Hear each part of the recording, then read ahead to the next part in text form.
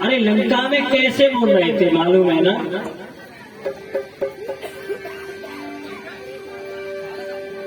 शिव लंका में यही कह रहे थे कि जय हो।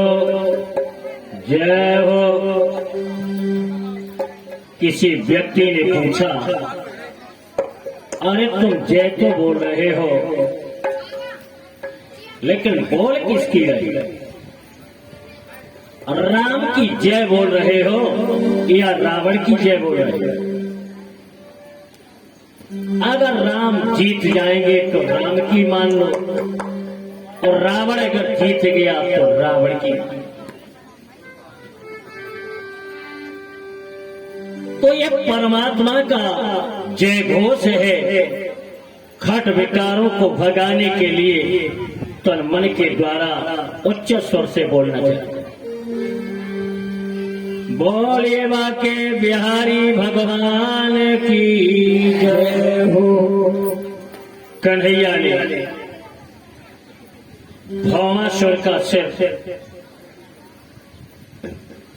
सुदर्शन चक्र के द्वारा काटा। अनेकों देवता पृथ्वी आदि सब प्रार्थना करने लगे। स्तुति प्रार्थना करने के उपरांत भौमासुर के यहाँ 16,100 कन्याएं जेल में बंद थी। कन्हैया ने उन कन्याओं से कहा कि तुम अपने अपने घर चली जाओ। कन्याओं ने कहा, कन्हैया बहुत दिनों से माता पिता से बिछड़े भौमासुर के मैं बंधन में थे। भौमासुर मुझसे विवाह करना चाहता था, लेकिन मैंने अनुमति नहीं दी। तो उसने कहा, जब तक तुम विवाह करने के लिए तैयार नहीं होगी तब तक जेल में बंद रहो। आपने मुझे नया जीवन दान दिया, इसलिए मैं विवाह करूंगी तो आपके साथ करूंगी, मैं घर नहीं जाऊंगा। कन्हैया ने सच्ची लगन देख करके 16,100 कन्याओं के साथ विवाह संपन्न किया। कुल मिला के श्याम सुंदर के 16,108 विवाह। मिलान करना, अगर हम भगवान की बराबरी करें तो कैसे कर सकते? एक विवाह के कारण व्यक्ति रोता फिर रहा है। कैसा रो रहा है? कि नारी विवसन रो सकली कुसाई।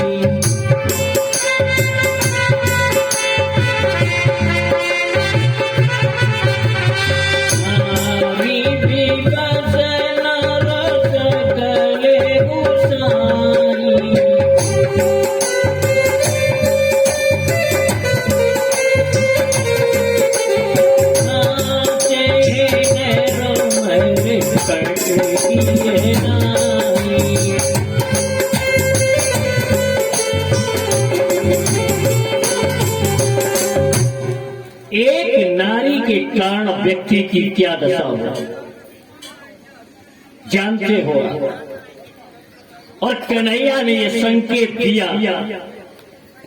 अरे मानव प्राणी को मैं एक नारी से परेशान हो, और हम 16,108 का निर्वाह करके बताते। एक जगह पर एक लड़की की विदा हो गई। विदा के समय माय के पक्ष के वाले सब रोते। छोटे से नन्हे बच्चे ने पूछा,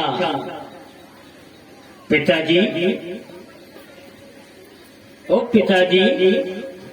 बोले, हाँ बेटा, आप क्यों रो रहे हो?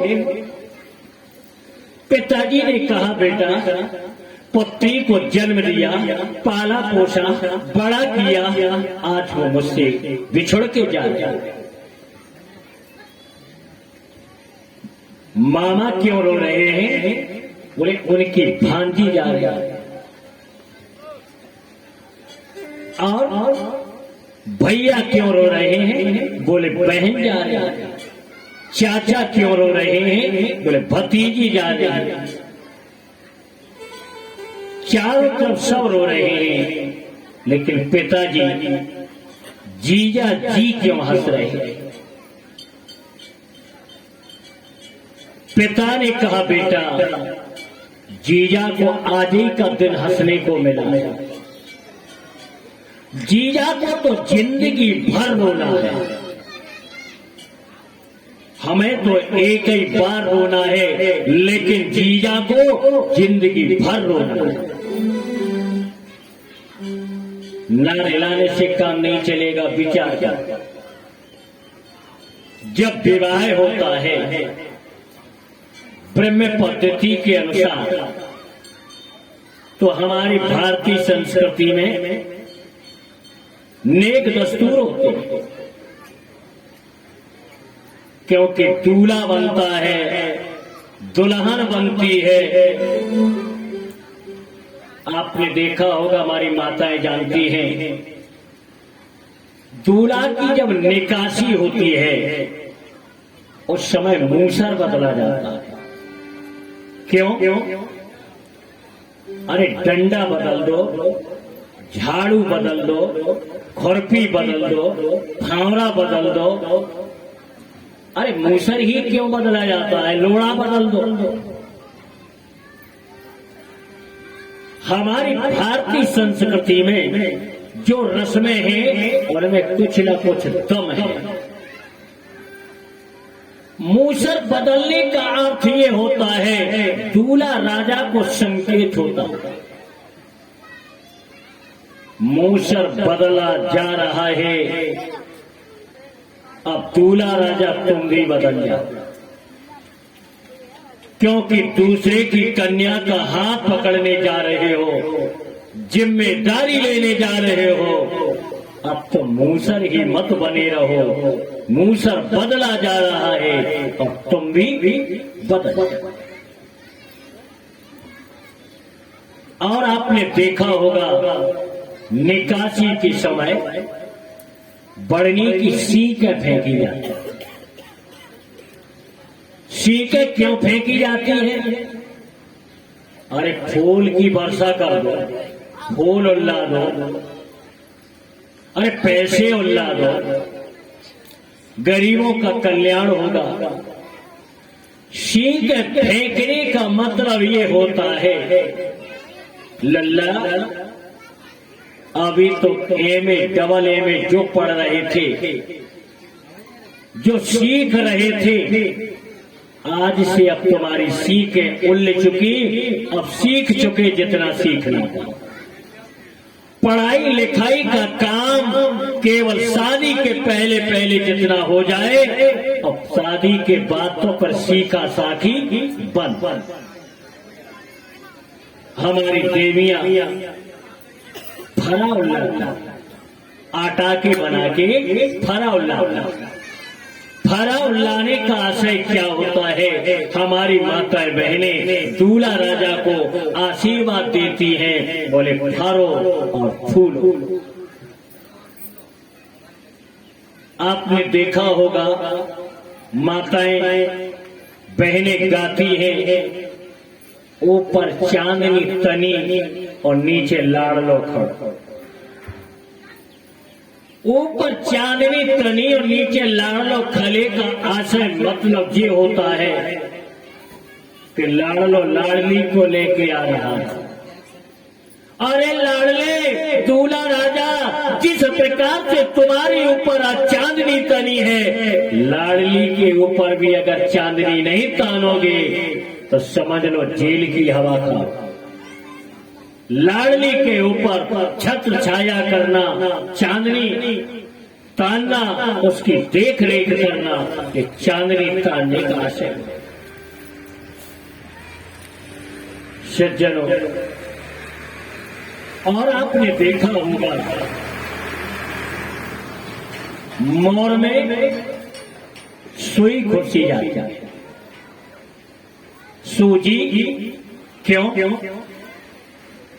सूजी खुर्सने का मतलब ये होता है दूल्हा राजा अभी तक तुम स्वतंत्र थे, अकड़ के झगड़ के रगड़ के कैसे भी चलते रहे, लेकिन दाम्पत्य जीवन में जुड़ने जा रहे हो, अकड़ना भिड़ना सीखना बंद कर दो, क्योंकि सुई रूपी अब तुम्हारे सिर में कांटे चुभ। और आपने देखा होगा मंडप के नीचे के 7 परिक्रमाएं,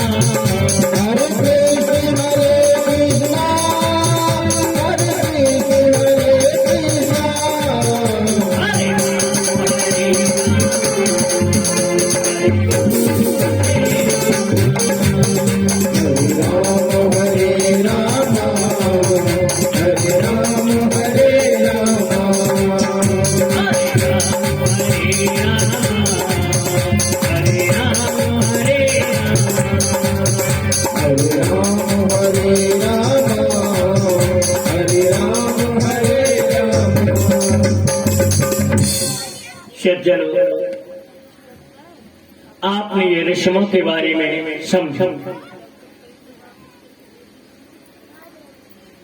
दूल्हा जब बारात लेके मंडप के नीचे जाता तो 7 परिक्रमाएं पड़ती हैं। अरे 7 की जगह पर 9 कर दो, 11 कर दो, 5 कर दो, 3 कर दो, 15 कर दो, लेकिन 7वीं परिक्रमा क्यों? 7 परिक्रमा का आशय होता है वेद पद्धति में सप्त ऋषि 7 दीप पति पत्नी के बीच में पूरा जीवन 7 ही दिन के अंतर्गत अच्छा बुरा होना है, इसलिए 7 परिक्रमाएं। और आपने देखा होगा मंडप के नीचे लड़की का चेहरा पहनती, यद्यपि लाखों रुपए का चढ़ावा आता है, लेकिन फैंसी वाली चूड़ी नहीं आई, काले ये हरे का चेहरा आया। बोले क्यों? लड़की का संकेत रहता है दूल्हा राजा अभी तक आप कैसे भी रहे हो, रंग बिरंगे कैसे भी रहे हो, हमारी चूड़ियों का जो एक रंग है, आज से अब तुम हमारे ही रंग में रंगे। सज्जनों, मंडप के नीचे आपने देखा होगा धान बोए जाते, लेकिन हमारे पारिषद जी ने बेजर बोए।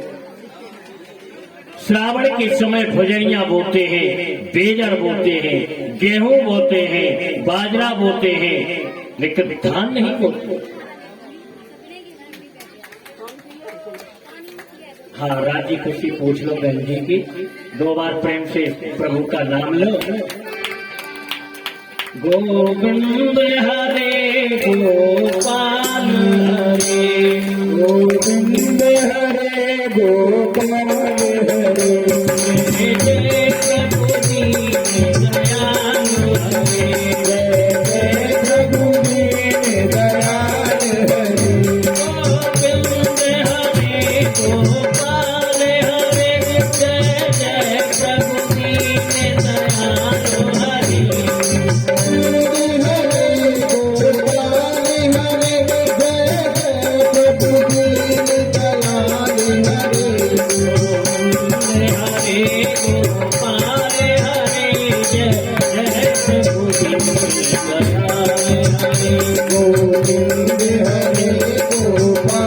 हरे, जय जय प्रभु दीन दयाल हरे।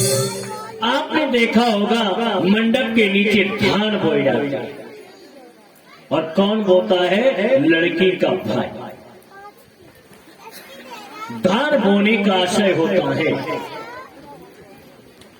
अगर चावल से छिक्कल अलग कर दिया जाए तो चावल के कितने टुकड़े होंगे? जब तक छिक्कल के अंतर्गत चावल रहता है, व्यवस्थित रहता है, सुरक्षित रहता है, और वही छिक्कल अलग कर दिया जाए तो चावल के तो न जाने कितने टुकड़े। छिक्कल क्या है? दूल्हा राजा। चावल क्या है? बोले दुल्हन। लड़की के भाई का आशय होता है जीजा जी, जैसे ये छिक्कल चावल की रक्षा करता है, इसी प्रकार से आप मेरी बहन की रक्षा करें। इसलिए धान को आपने देखा होगा बत्ती मिलाई जाती है। दोनों बत्ती रख के, चाहे सोने की सलाई से मिला दो, चाहे चांदी की से मिला दो, और चाहे माचिस की तीली से मिला दो। बत्ती मिलाने का मतलब होता है कुलों का समन्वय। लड़की अगर परिहार वंश की है और लड़का भदौरिया वंश का है, बत्ती मिलाने के बाद वंश बदल जाता है। लड़के का जो कुल होता है, उसी कुल की लड़की को नाम हो जाता है। फिर उसे अगर भदौरिया में ससुराल है तो अपने नाम के सामने अभी तक परिहार लिखा, लेकिन भदौरिया लिखना पड़ेगा। यदि तोमर है, तोमर लिखना पड़ेगा। बत्ती मिलाने का आशय होता है दोनों कुलों का समन्वय। कछु देवियां दूरी पे बैठी हैं और समझ में ये आ रहा है कि कुछ देवियां पीछे वाली जानना चाहती हैं, महाराज एक बात और बता दो कि दूल्हा बड़ा होता कि दुल्हन? पीछे से कुछ समझ में आ रहा है। वैसे शास्त्र की दृष्टि से दोनों बराबरी के पद होते हैं। शास्त्र की दृष्टि से दूल्हा दुल्हन का बराबरी का पद होता है, लेकिन अंतर एक है। बोले क्या?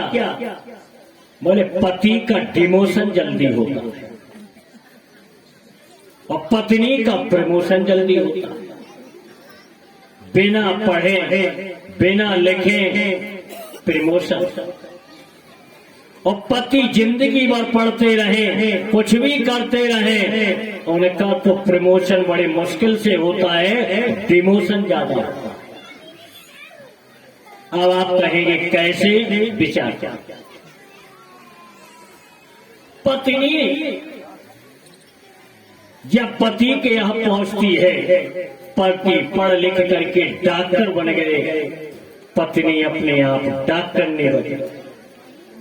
मास्टर पति बने तो मास्टर नहीं बने, अगर थानेदार बन गए तो थानेदार नहीं बने। कुछ लोग कह रही होंगी, अरे महाराज का नहीं बात, ये तो हम भी जानते हैं। अरे लड़की के जिसके साथ शादी करोगे वो तो बजेगी, लेकिन नई बात सुन, लड़के का अगर विवाह हो जाए, व्यवस्थापकों से निवेदन है केवल 5 मिनट के बाद में नाश्ता पानी बांटे, 5 मिनट के बाद। सज्जनों, पति का अगर विवाह हो जाए, आदमी का, लड़के का विवाह हो जाए, कोई पहचान है? मैरिड है कि अनमैरिड है, शादी हो गई या नहीं, कोई पहचान? और लड़की की शादी हो जाए तो पहचान है। बोले क्यों? बोले उसका प्रमोशन हो गया। बोले कैसा? बोले प्रमोशन ऐसे हो गया, अभी तक लिखा जाता था स्कूल में नाम कुमारी सरला, जब शादी हुई लौट पटा हुआ बामांग जब आ जाती है तो प्रमोशन हो गया। बोले क्या? बोले कुमारी हटाओ, बोले श्रीमती। शादी होने के बाद हमारे देवियों के नाम में लग जाता है श्रीमती, और शादी होने के बाद हमारे देवतन के नाम में कुछ नहीं लगता, जैसा नाम वैसे ही रहेगा। तो हमारी देवियों के अंदर विशेषता होती है। क्या विशेषता? प्रमोशन आप लोगों को क्यों मिला? शास्त्र कहते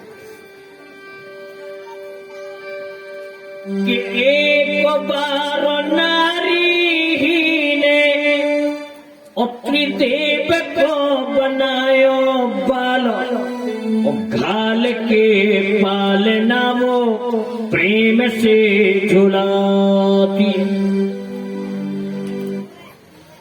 तीनों देवता ब्रह्मा विष्णु महेश को हमारी नारी शक्ति ने ललना बना करके पलना में झुला।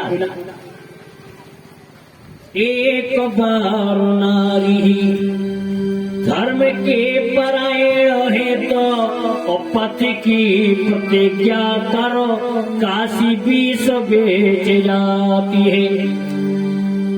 नारी धर्म के परायण काशी में बिछना स्वीकार कर लिया। इतना ही नहीं, एक बार नारी धर्म के कारण है तो पुत्रन को पढ़ाई करो, वन भेजवाती है। मंदालसा सो दोषी वो दोषी निरंजन हो। और एक बात बताएं, हमारी देवियों के द्वारा ही इस देश का नाम भारत माता पड़ा है। मनुस्मृति में लिखा है कि नारी यत्र पूजन्ते रमन्ते तत्रो देवता। जहाँ पर नारी का सम्मान होता है वहाँ पर देवता का निवास। तो हमारी देवियों को अपने आप शादी के बाद श्रीमती जी लिखाया। देवताओं के आगे कोई डिग्री नहीं है। आपने देखा होगा मंडप के नीचे मांग भरी जाती है। दूल्हा राजा बड़े प्रेम से मांग भरते हैं, लेकिन सज्जनों मांग भरने का अर्थ क्या है? दूल्हा राजा ये लड़की की मांग को अभी तक माता पिता ने पूरा किया। खाने को मांगा, पहनने को मांगा, पढ़ने लिखने को मांगा, शौक शान को मांगा, माता पिता ने पूरा। लेकिन दूल्हा राजा आज इस कन्या की तो मांग भर रहे हो, जिंदगी भर लर मांगे, अंगूठी मांगे, साड़ी मांगे, मांग तुम्हें पूरी करना पड़ेगा। मांग भरने का आशय होता है आज से जिम्मेदारी तुम्हारी। श्याम सुंदर कन्हैया ने 16,108 विवाह करने के उपरांत 16,108 महलों को तैयार किया। आप समझ लो 16,108 पत्नियों से कम मिलने जाए। कितने दिन में नंबर आएगा? अरे किसको टमाटर की जरूरत है, किसे हरी धनिया चाहिए, किसे मिर्ची चाहिए, कहां तक पूर्ति होगी। लेकिन कन्हैया ने क्या किया कि अमित रूप प्रगटे ही काला, अमित रूप प्रगटे ही काला, यथा जोग में सबई पाला।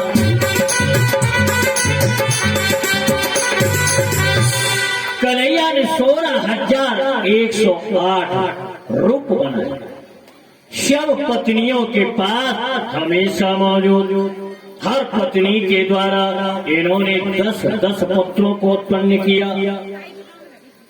इस प्रकार से कन्हैया ने उचित प्रकार से दाम्पत्य जीवन का निर्वाह किया। सज्जनों, कथा का सार वही है, अगर एक भी हम जीवन में उतार लें तो हमारा कल्याण होता है। धर्म कार्य में अगर हम दान पुण्य का सहयोग करें, जो भी धर्म कार्य में हम दान पुण्य करते हैं उसको 10 गुना होकर के मिलता है। ये श्रीमद्भागवते महापुराणे पामहर संहितायां रुक्मिणी भौमासुरो निग्रहणाम षष्ठमोतो अध्याय। बोलिए वृंदावन बिहारी लाल की जय। सज्जनों, हमारे भक्त बड़े उदार हैं, जो हमारे श्रोताओं के लिए जलपान की और फल फूल मिष्ठान आदि इनकी व्यवस्था कर रहे हैं। भगवान उनके भंडार को भरा रहे और दिन दूना रात चौगुना करता रहे। एक भजन के उपरांत वाणी को विराम और हमारी माता बहनें भजन आदि गा सकती हैं।